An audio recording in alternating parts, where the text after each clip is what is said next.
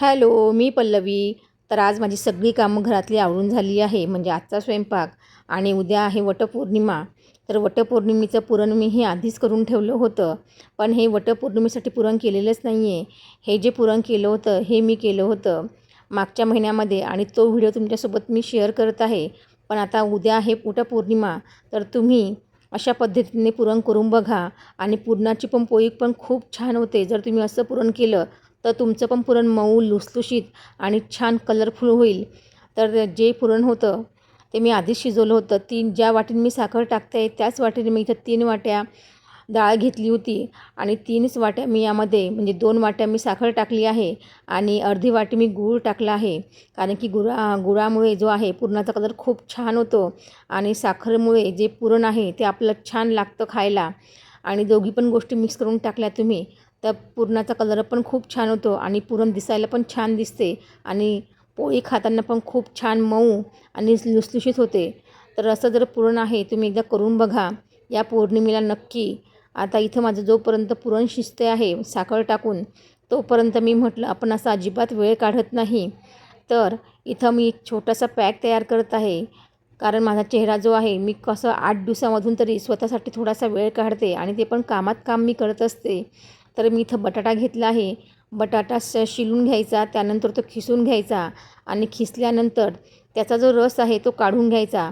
तर यामुळे काय होते, जे स्टार्च असते बटाट्यामधलं ते जे असते आपल्याला तेच मिळतं आणि आपली स्किन जी आहे ती मस्त ब्राईट होते, म्हणजे गोरी होते असं मला तरी वाटतं. कारण की जेव्हाही आम्ही पॅक लावत असते तर तेव्हा स्किनमध्ये खूप छान फरक जाणवतो.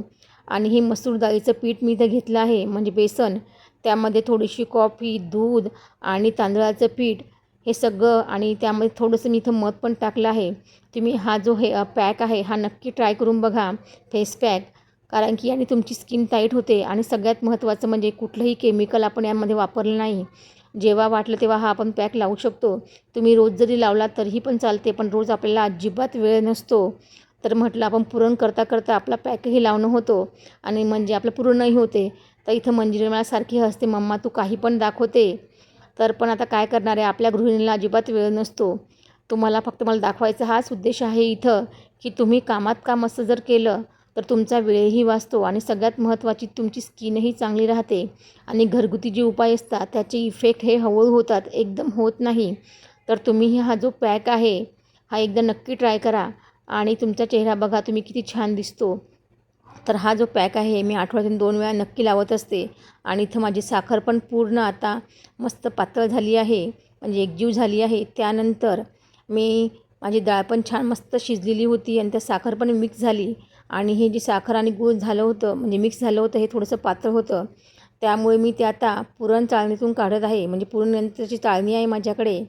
यंत्र नसल्यामुळे चाळणीचा मी नेहमी वापर करत असते. आणि तुम्ही पुरण पाहू शकता किती पातळ आहे. पण हे जे पुरण आहे यात थोडीशी पण डाळ लागत नाही आणि सगळं पुरण जे आहे ते मस्त शिजलं आहे आणि शिजून मस्त ते छानपैकी गाढ झाल्यामुळे पटकन पण निघालं, वेळ पण लागत नाही पुरण काढताना. आता तुम्ही पुरणाचा कलर पाहू शकत असाल किती छान आला आहे. यात कुठलाही कलर किंवा हळद वगैरे काहीच टाकलेली नाही. पण पुरणाचा कलर खूप मस्त झाला आहे. पण हे पुरण करायला खूप वेळ लागतो. जेवढा तुम्ही वेळ द्याल तेवढं तुमचं पुरण मऊ आणि मस्त पेढ्यासारखं छान होतं आणि पुरणाची पोळी खाताना पण खूप छान लागते. फक्त पुरण करताना थोडीशी मेहनत जास्त घ्यावी लागते आणि पुरण करताना जेव्हाही तुमचा चमचा जर मध्ये उभा राहिला तर समजून घ्यायचं तुमचं पुरण झालं. ही पुरण समजण्याची छान ट्रिक आहे. आता हे पुरण जरी पातळ दिसत असलं तरी थंड झाल्यावर ते एकदम छान होतं, मस्त पेढ्यासारखं मऊ होऊन जातं. आणि नंतर आता मला करायची होती पुरणाची पोळी. तुम्ही पुरणपोळी पाहू शकत असाल की पुरणाचा गोळा जो आहे तो किती छान झाला आहे. जेवढा तुम्ही कणकेचा गोळा घ्याल तेवढ्याच प्रमाणात तुम्ही इथं पुरण घेऊ शकता, तुम्हाला जसं आवडेल तसं. आता इथं मंजिरीला पुरणाची पोळी खूप आवडते, त्यामुळे मी तिच्यासाठीच या पुरणाच्या पोळ्या इथं केल्या होत्या. मी तुम्हाला आधीच सांगितलं माझ्या पोळ्या काही एवढ्या गोल येत नाही, पण मी जेही करते ते खूप मनापासून करते कारण की माझ्या मुलांना ते आवडतं. त्यामुळे पुरणाच्या पोळी गोल येत नाही याकडे तुम्ही लक्ष नका देऊ. जे पुरण मी भरलं आहे किंवा जे पुरण मी केलं आहे ते तुम्ही पहा. कारण की पुरणाची पोळी खूप छान झाली होती आणि खाताना ती इतकी छान लागत होती, टाकल्याबरोबर तोंडामध्ये विरघळते. तर तुम्ही अशा पद्धतीने एक वेळा पुरण नक्की ट्राय करून बघा आणि पुरणाच्या पोळीचा तुम्ही छान मनसोक्त आनंद घ्या. आणि त्या पुरणाच्या पोळीवर जर तुम्ही तूप टाकलं, तेही घरचं बनवलेलं मस्त रवेदार पांढरं शुभ्र, तर तुमच्या पोळीचा आनंद हा जो आहे तो मस्त होऊन जातो. कारण की पुरणाची पोळी खाताना जी मजा आहे तुपासोबत, ती कशासोबतच नाही असं मला वाटतं. तर जेवढं तुम्ही पोळीला तूप लावाल तेवढी तुमची पोळी छान आणि मस्त लागते. आणि पुरणाच्या पोळीचा कलर तुम्ही पाहू शकत असाल किती मस्त आला आहे. तर हे बघा, मी तुम्हाला आधीच सांगितलं माझी पोळी अजिबात गोल नसते, पण तुम्ही जर तोंडामध्ये टाकली तर खरंच तुम्हाला वाटेल किती छान मऊ. आणि सगळ्यात महत्त्वाचं म्हणजे मस्त लुसलुशीत आपली ही तर पोळी झाली आहे. आणि जोपर्यंत माझी पुरणपोळी होत होती तोपर्यंत माझा कबीर मला मस्त एका प्लायवर बसून माझी गंमत बघत होता. त्याला मम्मीसोबत आज यायचं नव्हतं, तर तो अशी रिकामे कामं खूप करतो. मी तुम्हाला आधीच सांगितलं कशावर तो चढतच असतो.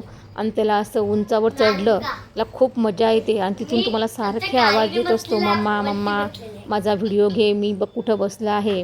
तर त्याच्या अशा करामती चालूच असतात. आणि त्याच्या अशा करामती पाहून मला केव्हा केव्हा इतकं आश्चर्य वाटतं की हा इतका लवकर चढतो कसा आणि उतरतो कसा, काय माहिती. तुमच्या हे पंकडे असं जर कार्टून असेल तर खरंच त्या कार्टूनला लवकरात लवकर आवरा. कारण की हे जे कार्टून असतात हे खूप त्रास देतात आपल्याला. तर असं आमचे व्हिडिओ आवडत असतील तर नक्की व्हिडिओला लाईक करा, शेअर करा. तोपर्यंत बाय.